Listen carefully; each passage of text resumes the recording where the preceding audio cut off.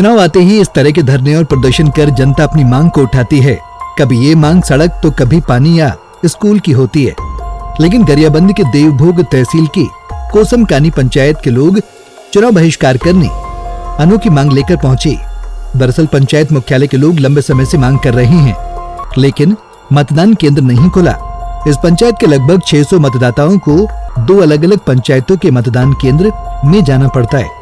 यही वजह है कि पंचायत के लोग चुनाव बहिष्कार करने एसडीएम दफ्तर पहुंचे और ज्ञापन सौंपा। हमारे गांव कोसमकानी है। कोसमकानी पंचायत रहते हुए भी पंचायत बना हुआ 30 साल हो गया और 30 सालों से हम मांग करते आ रहे हैं कि हमारे गांव में बूथ होना चाहिए, पोलिंग बूथ। क्योंकि हम हमारे गांव में 3 गांव आते हैं, नवागुड़ा, कोसमकानी और ऊपर पीटा।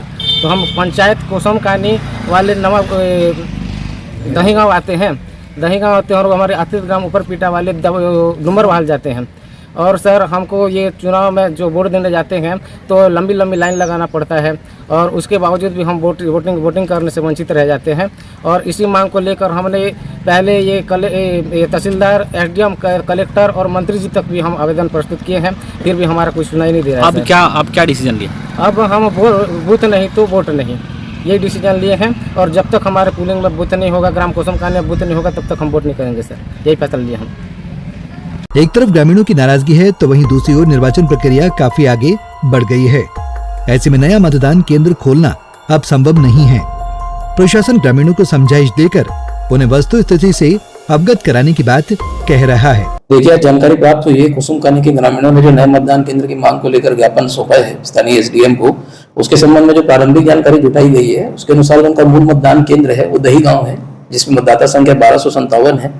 और इसके अतिरिक्त वो मूल बसाहट जो है कुसुमकानी की उससे 2 किलोमीटर की दूरी पर है।